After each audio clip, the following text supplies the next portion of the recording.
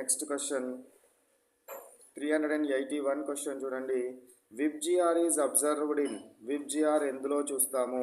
VIBGYOR, violet, indigo, blue, green, yellow, orange, red. So దేంది మనకు కనబడే లైట్, విజిబుల్ లైట్ ఏదైతే ఉందో ఈ విజిబుల్ లైట్ని మనకు పట్టకం మీదుగా కనుక పంపించినట్టయితే విజిబుల్ లైట్ని పట్టకం మీదుగా కనుక పంపించినట్టయితే ఏమవుతుంది? అది డిఫరెంట్ 7 కలర్స్గా విడిపోవడం జరుగుతుంది. విజిబుల్ లైట్ని ప్రిజం మీద కనుక ఎక్స్పోజ్ చేస్తే 7 కలర్స్గా విడిపోతుంది. ఈ 7 కలర్స్ ఏంటి? GYOR, ఇది విబ్జిఆర్. రెడ్ లైట్ అనేది తక్కువ వంగుతుంది కాబట్టి రెడ్ లైట్ పైన ఉండాలి. సో విబ్జిఆర్ అనేది దేనికి సంబంధించింది? విజిబుల్ లైట్కి సంబంధించింది కాబట్టి ఇది visible spectrum. Next 382 question. Light possesses particle నేచరా, వేవ్ నేచరా, బోత్ ఆర్ రేసా? సో లైట్కి 2 నేచర్స్ ఉంటాయి. పార్టికల్ నేచర్ ఉంటుంది, వేవ్ నేచర్ ఉంటుంది. లైట్కున్న టోటల్ ప్రాపర్టీస్ కొన్ని ప్రాపర్టీస్ ఏమో పార్టికల్ నేచర్ తోటి, కొన్ని ప్రాపర్టీస్ ఏమో వేవ్ నేచర్ తోటి వివరించగలుగుతాము.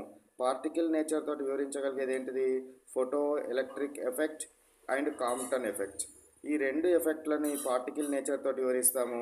మిగతా అన్ని నేచర్లను రిఫ్లెక్షన్ కానీ, రీఫ్రాక్షన్ కానీ, డైఫ్రాక్షన్ కానీ, పోలరైజేషన్ కానీ ఇట్లాంటి ప్రాపర్టీస్ ఏం ప్రాపర్టీస్ ఉన్నా కూడా ఆల్ ప్రాపర్టీస్ వేవ్ నేచర్ ప్రకారం ఎక్స్ప్లెయిన్ చేస్తాము.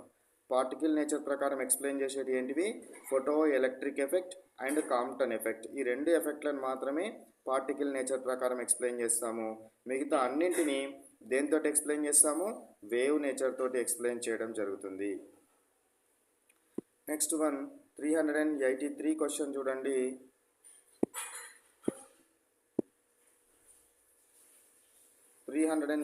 Electromagnetic spectrum contains. ఎలక్ట్రోమాగ్నెటిక్ స్పెక్ట్రమ్లో ఏముంటుంది? రామిన్, VUX, గోకస్ ఇవన్నీ ఉంటాయి. రా అంటే రేడియో వేవ్స్, మీ అంటే మైక్రోవేవ్స్, IN అంటే ఇన్ఫ్రారెడ్, V అంటే విజిబుల్, U అంటే అల్ట్రా వైలెట్, X అంటే ఎక్స్ రేస్, గో అంటే గామా రేస్, కాస్ అంటే కాస్మిక్ రేస్. ఇవన్నీ ఉంటాయి. ఇటు నుంచి ఇటువైపుకి ఏమవుతుంది మనకు? దీని యొక్క వేవ్ లెంత్, దీని యొక్క రేడియో వేవ్స్ నుంచి మైక్రోవేవ్స్కి వేవ్ లెంత్ డిక్రీజ్ అవుతుంది.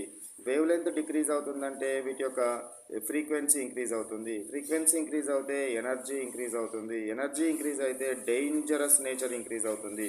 అంటే ఇటు నుంచి ఇటు అయినా కొద్ది మనం మీద ఎక్స్పోజ్ కనుక అయితే మనకు డేంజరస్ ఎక్కువ అవడం జరుగుతుంది. అందుకే మీకు పిల్లలకి ఏం చెప్తారు?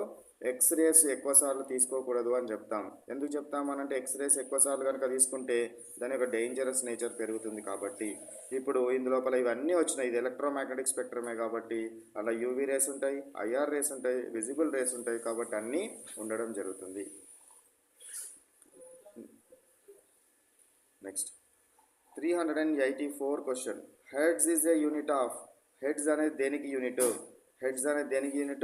ఫ్రీక్వెన్సీకి యూనిట్. స్పీడ్కి యూనిట్స్ ఏంటివి? Metres per second or centimetres per second. Wavelength యొక్క యూనిట్స్ ఏంటివి? ఆంగ్స్ట్రామ్ యూనిట్స్ కానీ, నానోమీటర్స్ కానీ, పీకోమీటర్స్ కానీ వేవ్ లెంత్ యొక్క యూనిట్స్. యాంప్లిట్యూడ్ యొక్క యూనిట్స్ ఏంటివి? అండ్ యాంప్లిట్యూడ్ అంటే height of the wave or depth of the wave. Depth of the wave అనేది యాంప్లిట్యూడ్కి సంబంధించింది. ఫ్రీక్వెన్సీ అంటే ఏంటిది? 1/t కానీ, అంటే 1/second ఇన్వర్స్, అంటే 1/second అంటే సెకండ్ ఇన్వర్స్, లేదా సైకిల్స్ పర్ సెకండ్, లేదా హెర్ట్జెస్. ఇవి మూడిట్లలో చెప్తాం. సో దట్స్ వై ఫ్రీక్వెన్సీ యొక్క యూనిట్స్.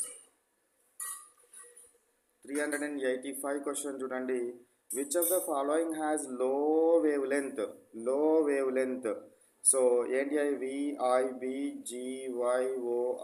రెడ్ లైట్కి ఎక్కువ వేవ్ లెంత్ ఉంటుంది. కాబట్టి ఎక్కువ దూరం ప్రయాణించగలుగుతుంది కాబట్టి డేంజరస్ చూపెట్టడం కోసము బల్బుల యొక్క కలర్ రెడ్ కలర్లో ఉంటుంది. కాబట్టి ఇక్కడ నుంచి ఇటు పోయినా కొలది ఏమవుతుంది? నాకు వేవ్ లెంత్ ఇంక్రీజ్ అవుతుంది. వేవ్ లెంత్ ఇంక్రీజ్ అవ్వడం జరుగుతుంది. వేవ్ లెంత్ ఇంక్రీజ్ అవుతుందనే విషయాన్ని మనము గుర్తుంచుకోవాలి.